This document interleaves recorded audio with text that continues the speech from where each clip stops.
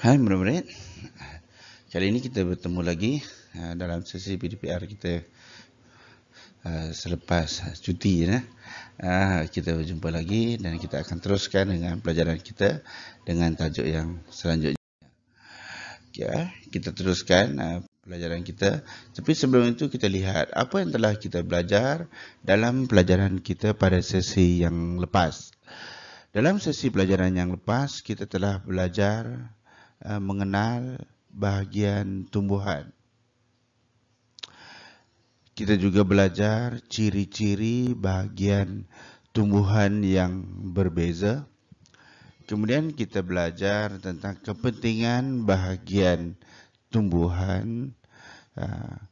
Dan yang keempatnya kita belajar tentang persamaan bahagian tumbuhan yang berbeza.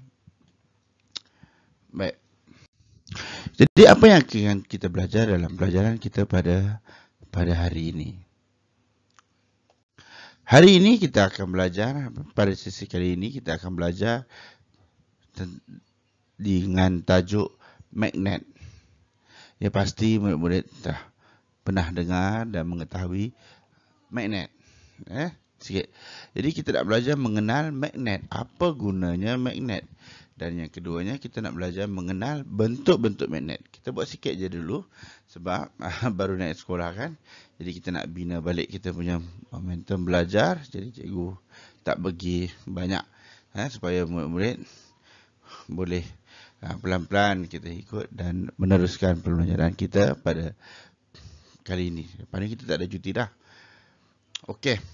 Jadi magnet kalau kita lihat pada buku teks kamu ni, lihat buku teks kamu muka surat 61 itu, dalam gambar ada 3 orang murid sekolah ini. Dia buat apa? Dia sedang memancing ikan, main permainan pancing ikan. Pernahkah kamu mencuba permainan ini? Ada orang pernah cuba. Dia pancing ikan guna satu benda yang diikat pada tali pancing itu. Benda yang diguna itulah magnet. Jadi tengok pada gambar, melihat pada gambar ikannya buka mulut. Kan? Ikannya buka mulut ni. Ikannya buka mulut. Bila dia kena magnet, dia akan tutup plop. Jadi macam seorang mancing ikan. Bukalah mulut. Bila magnetnya sampai dekat, dia akan buka mulut. Pop. Lepas tu dia tutup. Ini magnet.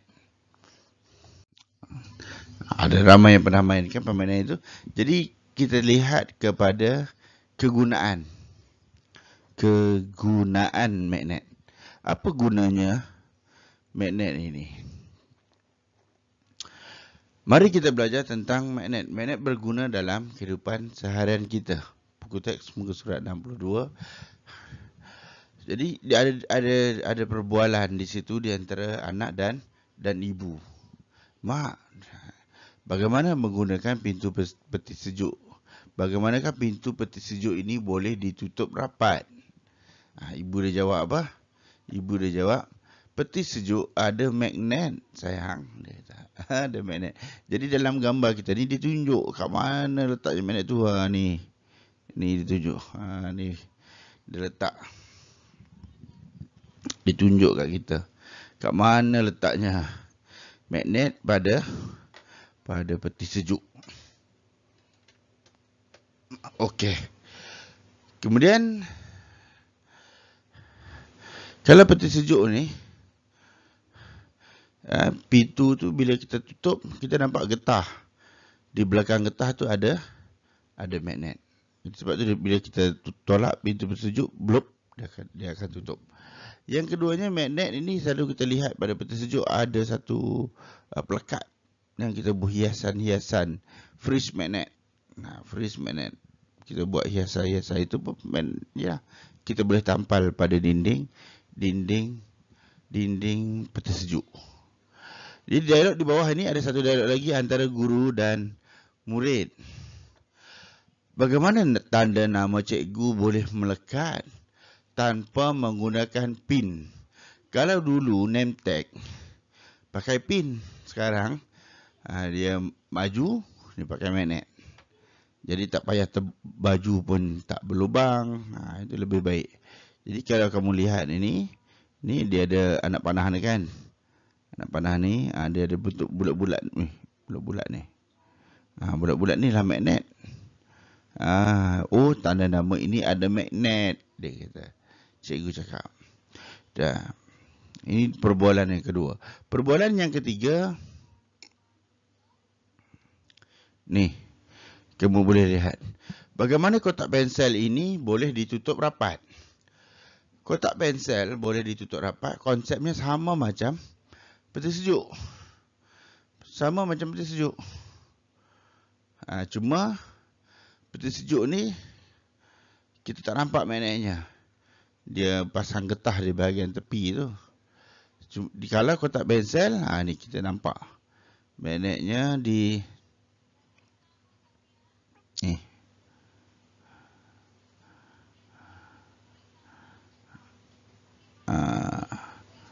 Tu situ magnetnya. Jadi kita nampak magnet pada kotak pensel. Kemudian gambar yang keempat. Gambar yang keempat ni, orang bekerja menggunakan alat pemutar skru. Kalau pakai screwdriver yang biasa, dia cakap, aduh, skru jatuh lagi. Jadi kalau menggunakan pemutar skru yang bermagnet, maka magnetnya boleh memegang skru, kata kawannya ni. Ini kawan dia yang di sebelah ni. Dia kata kalau kita gunakan ni, kawan ni cakap, kalau pemutar skru itu ada magnet, maka dia boleh membantu memegang, bagi magnet itu lekat di situ dan tak jatuh. Jadi kerja pun akan jadi lebih mudah. Okey. Ini latihan buku BLA. Asas saja BLA. Kamu tulis tarikh. Tandakan right. Dia suruh pangkah tak? Tak suruh pangkah. Tak suruh pangkah, nak buat ke tidak? Tak perlu. Jadi dia kata tandakan right pada alat yang menggunakan magnet sahaja. Alat yang menggunakan magnet. Yang tak ada magnet, tak payah tanda. Tak payah tanda. Jadi jangan dia terletak tanda yang lain. Dia suruh tanda right. Kita letak tanda right. Dia suruh tanda pangkah, kita letak pangkah. Sekarang dia suruh pangkah ke tidak? Jawapannya tidak. Tak ada suruh pangkah. Jadi jangan pakai. Jadi sebelah ini adalah sedutan daripada buku teks kamu itu. Ni. Kotak pensel boleh ditutup rapat. Kat mana kotak pensel? Ini dia. Tanda di situ. Ada pakai penebuk. Penebuk kertas pakai magnet? Tidak. Yang ni Yusof ni. Cerita Yusof. Ada name tag nama Yusof. Pakai magnet. Ini peti sejuk. Peti sejuk. Ini freeze magnet. Sini. Okey. Catur. Catur ni pakai magnet ke tidak? Kamu yang ni cikgu tak mau cakap. Kamu jawab sendiri. Satu aja. Senang. Kan? Okey. Next kita lihat kepada bentuk-bentuk magnet. Bentuk magnet ada berapa ni? 1, 2, 3, 4, 5, 6. Ada 6. 6 bentuk magnet. Bentuk bar, bentuk silinder, bentuk ladam, bentuk U, bentuk butang dan magnet cincin. Magnet bar ini maksudnya magnet yang bentuk macam pembaris tu. Bentuk bar. Sebab tu dia panggil bar. Rod bar. Dia segi 4 lah. Kemudian magnet silinder dia macam bar. Dia sekeping, sebatang tapi dia bulat. Silinder ni bulat dan panjang. Bar dia tak bulat. Dia bersegi. Kemudian magnet ladam. Kenapa disebut ladam? Sebab bentuknya macam macam ladam kuda. Apa itu ladam kuda? Apa itu ladam kuda? Ladam kuda itu bentuk tapak kaki kuda. Ladam itu benda yang bentuk macam itu dipasang di bawah tapak kaki kuda. Yang keempatnya magnet bentuk U, mudah bentuk U, ya, bentuk macam huruf U. Magnet butang macam butang baju dan magnet cincin bulat sama macam butang, bezanya ada lubang di tengah. Lubang di tengah. Jadi murid-murid jawab ini dalam buku BLA, buku latihan kamu tu pada muka surat 64. Senang aja, rujuk buku teks muka surat 64.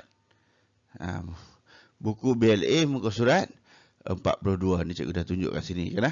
Jadi sama juga, kamu jangan lupa tulis tarikh ni, penting ni tarikh. Okey. Next kita lihat hebatnya magnet. Kita nak buat sikit je hari ni. Baru nak cuti kan. Jadi hebatnya magnet ialah kemampuan magnet, kebolehan magnet itu untuk menarik objek. Ya. Cuba tengok perbualan yang ditunjuk di dalam buku teks kamu itu. Magnet ini boleh menarik paku. Tetapi kawan yang cakap, magnet ini tidak boleh menarik pensel. Mari kita cuba dengan objek-objek yang lain. Ini kalau nak buat, nanti boleh cuba. Kayu aiskrim, butang plastik, skru, pemadam, getah pemadam, magnet bar, pembaris plastik, guli, ada pin baju dan penutup botol logam. Nak tambah penutup botol plastik pun boleh. Kamu boleh cuba nanti. Jadi kalau kita cuba, kita buat, kita lihat, magnet ini boleh menarik objek yang objek logam, besi. Dia boleh tarik. Tetapi magnet tidak dapat tarik objek yang diperbuat dari kayu, objek kayu, plastik dan juga getah. Magnet tak boleh. Jadi ini banyakkan murid tahu ni kita ada fridge magnet. Kita lekat dekat peti ais, okey. Lekat dekat kasut tak jalan. Kita lekat dekat beg sekolah yang bahagian ada besi, lekatlah. Tapi bahagian kain tak jalan. Jadi begitu. Jadi yang ni nanti kita tengok video yang berkaitan. InsyaAllah kalau ada nanti cikgu ambil video yang lain lah. Murid-murid boleh jawab pada muka surat 43. Sama ni. Jadi kalau kayu aiskrim tidak boleh, butang plastik tidak boleh ditarik, skru besi boleh, pemadam tak boleh, magnet bar boleh, logam boleh, pin baju ni besi boleh, guli tak boleh dan pembaris plastik juga tidak boleh. Jadi kalau kita jawab soalan latihan, magnet dapat tarik apa? Magnet dapat tarik benda-benda yang boleh lah. Tisu tandas boleh ke? Yang boleh kita tulis. Yang tak boleh, tapi sebelum itu kita kena kenal pasti. Kita nak kenal pasti dulu. Tisu tandas ini besi logam ke? Besi ke? Bukan. Bukan. Dibuat daripada kertas. Ini tak boleh. Gunting boleh. Mancis tak boleh. Paku tekan ni kan besi. Boleh ke tak boleh? Paku tekan ni boleh. Pemadam getah tak boleh. Dan kunci besi. Ini boleh. Jadi mana barang yang boleh, mana barang yang tak boleh? Jadi kita jawab, kita isi ruang kosong di bahagian bawah. Jadi gitu. Jadi ini je kita belajar pada minggu ini. Mudah-mudahan murid boleh buat latihan dengan bimbingan dari video ini. Cikgu rasa sampai sini dulu pelajaran kita. Sehingga kita berjumpa lagi di dalam pelajaran yang akan datang, insyaAllah. Sekian, terima kasih.